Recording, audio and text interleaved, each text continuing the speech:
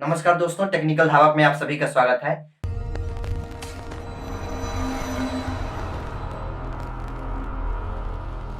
मैं अंकित कुमार आज आप सभी लोगों के बीच एक नए वीडियो के साथ उपस्थित हूं।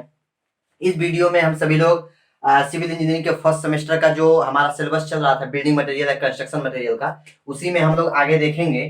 अभी पिछले वीडियो में आपने देखा होगा कुछ महत्वपूर्ण पॉइंट थे, जैसे उसमें हमने तमाम मटेरियल्स के विषय में देखा था। उसी के बाद कि ब्रिक ब्लास्ट का साइज क्या है, स्टोन ब्लास्ट का साइज क्या है, फिर मशीनों से क्रश करके रॉक से या फिर स्टोन से जो है हम स्टोन ब्लास्ट प्राप्त करते हैं।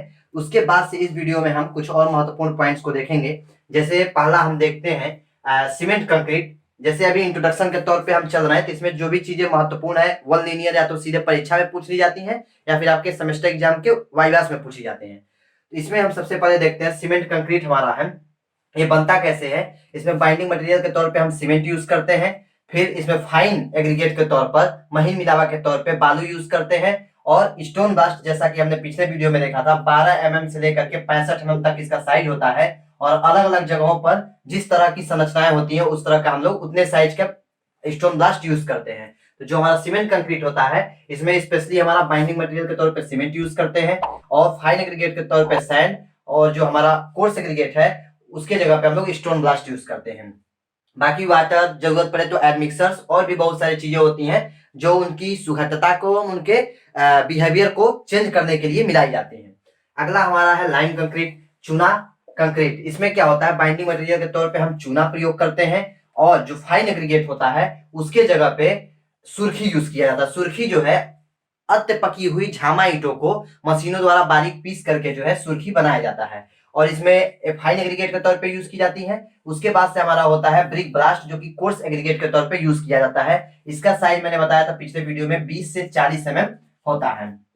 ठीक है, अलग अलग जगहों पर प्रयोग, जैसे अगर फाउंडेशन हम लोग तैयार करते हैं, सामान्य प्रकार का फाउंडेशन है, तो वहां पे हम लोग ब्रिक ब्लास्ट भी यूज करते हैं। तो उसमें जो हमारा साइज होता है इसका तो 40 mm तक या 35 से 40 mm तक यूज करते हैं। और अगर सामान्य तौर पर बिल्डिंग में हम यूज करते हैं नॉर्मली, या फिर फर्श में बेस कोट बनाते हैं, तो वहां पे हम लोग 20 से 25 mm का जो है हमारा ब्रिक ब्लास्ट वो भी यूज कर लिया जाता है। तो लाइम कंक्रीट में आप देख सकते हैं कि जो हमारा बाइंडिंग मटेरियल लाइम है, और सुर्खी हमारा होता है।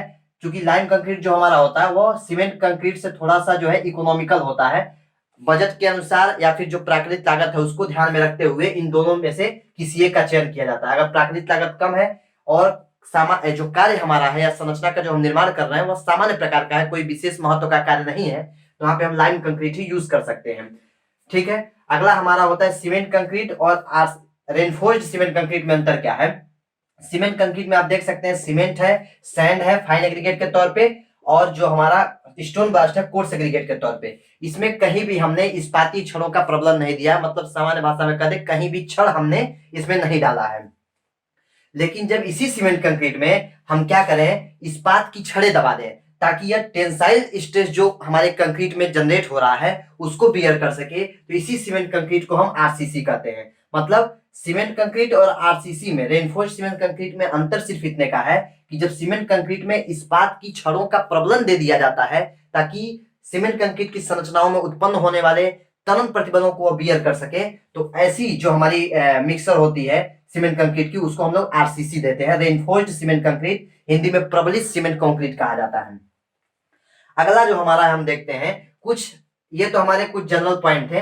अब जो है हम देखेंगे, यहां से आगे शुरू करेंगे कि जो हमारे बिल्डिंग मटेरियल हैं उनके कुछ गुण होते हैं। जैसे यदि हम देखें बल्क डेंसिटी, स्थूल घनत्व। स्थूल घनत्व की परिभाषा क्या है बिल्डिंग मटेरियल के संदर्भ में, कि किसी पदार्थ के इकाई आयतन का भार क्या होता है, उसी को हम लोग जो है बल्क डेंसिटी के नाम से जानते हैं। इसको रो से डिनोट किया जाता है। बल्क डेंसिटी को यूनिट जो होता है इसका किलोग्राम प्रति मीटर क्यूब, यूनिट से आप समझ सकते हैं कि जो भी मटेरियल हमारा है, सीमेंट की यदि हम बात कर लें, एग्रीगेट की बात कर लें, चाहे फाइन बालू हो या फिर गिट्टी हो, कुछ भी हो, उसके इकाई आयतन का भार। इकाई आयतन का मतलब यह है कि 1 मीटर लंबा, 1 मीटर चौड़ा और 1 मीटर गहरा। ठीक है, 1 मीटर और ये तो सेक्शन हो गया, और 1 मीटर इसकी चौड़ाई होगी। इस वाले माप का अगर कोई हमारा बॉक्स है उसमें जितना मटेरियल आएगा वह 1 मीटर क्यूब वॉल्यूम को दिखाएगा। तो एक इकाई आयतन यानी 1 मीटर क्यूब आयतन में किसी भी मटेरियल का जो वेट होगा वह हमारा बल्क डेंसिटी को दिखाएगा, रो से इंडिकेट किया जाता है। अलग अलग देखते हैं। जैसे यदि हमारा सैंड है, बालू, बालू का जो बल्क डेंसिटी होता है, मतलब इसके इकाई आयतन का, यूनिट वॉल्यूम का जो वेट होता है, वह 1540 से 1600 किलोग्राम प्रति मीटर क्यूब होता है। या कई बार कई परीक्षाओं में जो है पूछा हुआ है, तो इसलिए ये सारी चीजें याद रखिएगा कि जो हमारा बालू है, बालू का बल्क डेंसिटी जो हमारा होता है, इकाई आयतन का जो भार होता है, वह 1540 से 1600 किलोग्राम प्रति मीटर क्यूब होता है। अगला हमारा पक्का ब्रिक। पक्का ब्रिक का मतलब, इसमें कई श्रेणी की ब्रिक होती हैं। जैसे उसमें सबसे अच्छी श्रेणी की जो ब्रिक होगी, अच्छे तरीके से उसकी पकाई की गई है, तो पक्का ब्रिक जो है उसकी जो बल्क डेंसिटी होती है वह 1600 से 1920 किलोग्राम प्रति मीटर क्यूब होता है। इसको याद रखिएगा। ये सारी चीजें इसलिए याद रखनी जरूरी है क्योंकि कई बार परीक्षाओं में सीधे तौर पे ऑप्शन में पूछ भी लिया जाता है। और दूसरा, जब आगे आप आरसीसी पढ़ेंगे चौथे सेमेस्टर में जाकर के, तो उसमें जो है आपको कई जगह सीधे जो है कि ईंट का जो है कि बल्क डेंसिटी रखना होगा, तो सीधे आपको याद रहेगा तो आप आसानी से रख सकते हैं। अगला हमारा होता है मार्बल।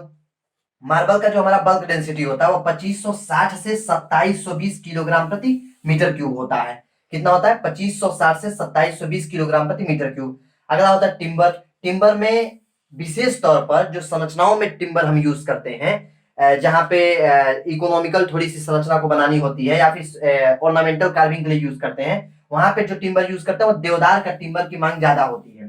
तो देवदार का टिम्बर जो होता है वह ज्यादा यूज किया जाता है। तो इसका बस हम देख रहे हैं बल्क डेंसिटी कितना होता है, 560 किलोग्राम प्रति मीटर क्यूब होता है। अगला हमारा होता है स्टील। स्टील का तात्पर्य यहां से है कि जो हम सरिया यूज करते हैं संरचनाओं में, जो स्टीरअप्स यूज करते हैं, उससे हमारा स्टील का संबंध है। तो स्टील की जो बल्क डेंसिटी होती है वो 7850 से 7850 किलोग्राम प्रति मीटर क्यूब होती है। ठीक है, तो ये कुछ चीजें हैं जिनको आप याद रखिएगा। अगला हम भौतिक गुण देखते हैं बिल्डिंग मटेरियल का, वो होता है पोरोसिटी।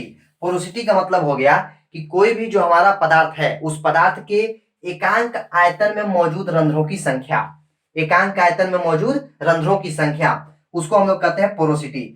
इसको परसेंटेज में प्रकट करते हैं। जैसे यदि हम कहें 99% पोरोसिटी है, मतलब ये कि जो हमारा पदार्थ है, उस पदार्थ में जितने भी रंध्र हैं, उस पदार्थ का टोटल जो आयतन है, उस टोटल आयतन के 99% भाग जो है उसमें उतने 99% उसमें रंध्र है। तो यह पोरोसिटी दिखाता है किसी भी पदार्थ में रंध्रों की संख्या जितनी ज्यादा होगी, उसकी सामर्थ्य जो होगी उतनी ही कम होगी, स्ट्रेंथ। ठीक है, किसी पदार्थ में रंध्रों की संख्या जितनी ज्यादा होगी, उस पदार्थ की सामर्थ्य उतनी ही कम होगी। तो यह जो था आज का हमारा वीडियो था, इसमें हम लोगों ने कुछ महत्वपूर्ण चीजों को देखा। आगे की जो महत्वपूर्ण चीजें हैं उनको हम अगले वीडियो में देखेंगे।